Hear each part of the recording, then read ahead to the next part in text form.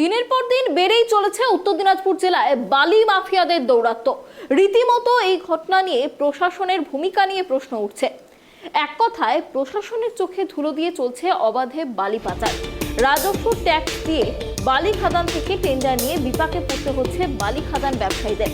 Tender থাকা সত্ত্বেও তারা খাদান থেকে বালি তুলতে পারছেন না, কারণ নাগর নদীর করণদিঘি ও রায়গঞ্জ থেকে বিভিন্ন জায়গা থেকে বালি মাফিয়ারা রাজস্ব ট্যাক্স ফাঁকি দিয়ে দেদারের ট্রাক্টরে করে বালি পাচার করছে বলে অভিযোগ, এবং সেই বালি কম দামে মার্কেটে বিক্রি করা হচ্ছে। স্বাভাবিকভাবেই ক্ষতির সম্মুখীন হচ্ছেন রাজস্ব ট্যাক্স দেওয়া বালি ব্যবসায়ীরা।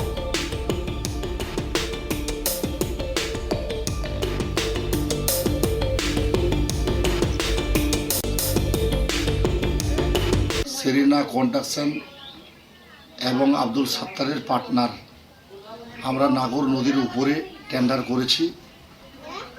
বালি মাফিয়াদের দৌরাত্ম্যে আমরা বালির ব্যবসা ঠিকভাবে করতে পারছি না। বালি মাফিয়ারা দলুয়াখালী ঘাট এবং ভোপলা ঘাট, লীলকুঠির নিচেটাই, পিপলার নিচটাই দিনে রাতে এককভাবে ট্র্যাক্টরে করে বালি কাটছে। প্রশাসনের কাছে আমাদের আবেদন, আমাদেরকে যেন সহযোগিতা করে, বালি মাফিয়াদেরকে যেন বন্ধ করায়, এই বলে আমি প্রশাসনের কাছে আবেদন জানাচ্ছি।